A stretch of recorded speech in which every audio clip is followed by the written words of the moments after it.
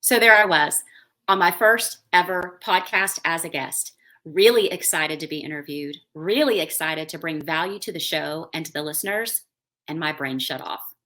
Not my finest moment. Why did my brain shut off? Great question. I'm so glad you asked. The interview was going really smooth. I hit all of the points I had prepared. I was really proud of myself. The host and I had great rapport, so we were having a lot of fun. And then at the end, the host asked me, "So Tracy, where can everybody find you to connect with you?" And I had no answer. I hadn't prepared for that. Despite having listened to many, many podcast episodes and shows over the years and hearing the hosts routinely ask those ending questions, I flaked on it. I wasn't prepared. I was too busy preparing my notes on other things. I didn't even think about having a strategic call to action.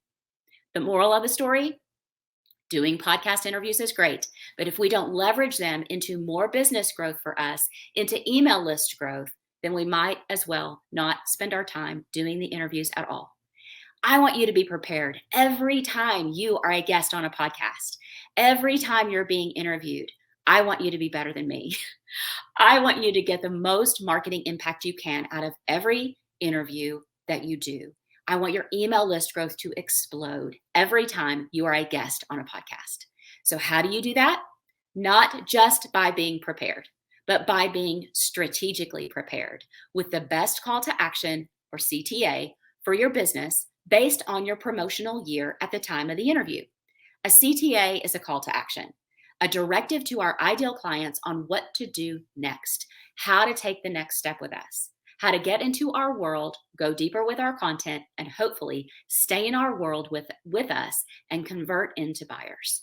So here's some examples of calls to action you've likely heard or maybe even used. Grab my free download. Join my waitlist, workshop, masterclass, webinar. Subscribe to my blog, podcast, newsletter. Sign up for my membership. Join my free Facebook group. Book your free info call. And let's not forget those calls to action for engagement. Asking your ideal clients how something resonates with them. Asking them their opinion on what you've posted on social media. Calls to action for engagement don't directly grow our email lists, but they do grow them indirectly. And here's what I mean. When we have high engagement on our social media content, the algorithm loves this and recognizes our content as important. And our content then gets served up to a broader audience with more reach. And your audience gets curious about who you are. And if your social media profile is set up for email list growth, then there you go. That high engagement has just grown your email list. So here's some calls to action that you might use for engagement. You could post your favorite quote and use this CTA. How does this resonate with you? You could post 3 tips for your ideal clients and then use this CTA. Share your best tip below. That asks them for engagement. Post about your favorite book and use this CTA. What are you currently reading? During your live video, use engagement questions throughout, like tell me in the comments. And in every email, use an engagement prompt, like reply back and tell me, or follow me on social media. You're likely using CTAs already, but my question is, are you using them consistently and strategically? And I ask this because CTAs are simple and easy to use, but they're also really simple and easy to forget. I'm a prime example. We have so many things to remember as content creators and business owners. We get so caught up in crafting our content, the perfect words or the graphic on our posts, the perfect copy for our website or our blog, the perfect interview questions for our podcast episodes, practicing our live videos, prepping for guest spots on podcast shows, and we completely forget about making sure we are using these opportunities for email list growth with a clear call to action. The small detail, the tiniest small detail of a CTA can easily get overlooked. And yet, this small detail can have the biggest impact on our email list growth, on our audience growth, and ultimately on our income. Isn't it wild? It blows my mind that such a small thing like a call to action can have such a massive impact on our bottom line revenue. So here's a tip I use to never forget my CTAs. Wherever I'm creating my content, I have a reminder that says, what is the CTA? Writing a live training script, I post this and highlight it at the top so I don't forget. Preparing for a podcast guest interview, I will write this on a sticky note along with the key points I want to make during the interview and keep it by my laptop. Simple and easy to use, simple and easy to forget. So let's set ourselves up for success with reminders. What is your best way to remind yourself? Decide that today and then implement it every time. In order to grow our income, we have to attract our ideal clients to us and get them to stay with us long enough to deepen that know, like, and trust factor. We want them swimming in the pool of our content and staying in our world long term so that they convert into buyers. We want the opportunity to give them value, to help them solve their problems. And through that, we're able to showcase our expertise. The way we do this is by being prepared at every opportunity to tell our ideal client what to do next, where to go next, what their next step with us should be. And you may be wondering, well, how often do you use a CTA? Every piece of content, every nook and cranny of your business, every single time, but especially when you are a guest on a podcast. And why do I say that? Because being a guest on a podcast is a special marketing opportunity for you. Being a guest on a podcast means that you have instant credibility and likability because the podcast host has invited you on the show. The podcast host has endorsed you as someone that is worthy of their listeners' time and attention. The podcast host is giving you the keys to their audience, the keys to their kingdom. The host likes you, trusts you, and sees you as an authority on your subject matter. Otherwise, you wouldn't have been invited on the show. And this, my friends, is special.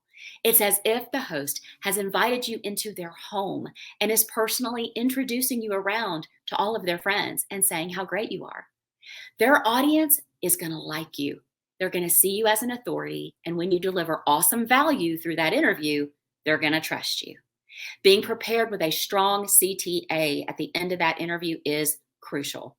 Not preparing for the opportunity to give a call to action at the end of the interview means lost income because you've lost an awesome opportunity for list growth from an audience that's already warmed up to you. They're already excited to connect with you. So when you're preparing for your podcast guest interview, obviously you're going to prepare what you want to say and the notes you want to make and the points you want to make. So take that one step further. Be better than me. Make this interview work for you to grow your email list. Think through, what is the best call to action for this interview at this time in my business?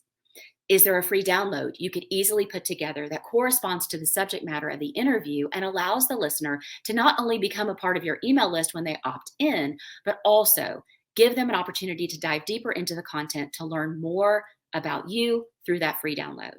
And this adds even more value to the interview. So it's a win-win. The podcast hosts, they love bringing value to their listeners. And if you can do that at a deeper level with a super cool free download, that's a home run for everybody, right? Another tip when it comes to leveraging the most list growth out of every podcast guest spot is to ask the host or the host admin when your interview will air. When is your episode going to go live? And based on their answer, you pick the call to action that's going to have the most impact for your business at that time in the calendar year. Think through, what do you have going on in your business at the time the episode is going to air? So here's what I mean. If you're planning to launch your online program, for example, with a live webinar or a masterclass, or you have a paid membership and the doors to it are opening, let's say, April of that year, and the host says that your interview episode is going to air to the public mid to late March. Well, your best call to action would be to mention your live masterclass, your webinar, your membership as the way that the listeners can connect with you further. Now, if the episode isn't going to air in time to benefit you for a promotion you have going on, or maybe you're just not in a promotional period at that time, no worries. Consider creating that free download we talked about. Don't make it complicated. Do that with ease. Just make it simple. Or think through, what is the next step that I want the listener to take with me? Is it to your podcast, your blog, your free Facebook group, your YouTube channel? or maybe a landing page where you've created and house all of your free resources. As long as all of those places have been set up in a way that leads to email list growth for you, you are all set for success, my friend.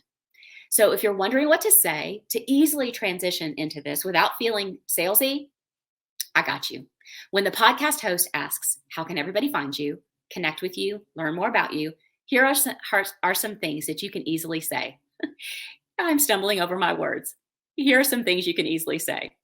Thanks so much. I'm so glad you asked. I have a free guide that I created especially for your listeners so they could dive deeper into this topic.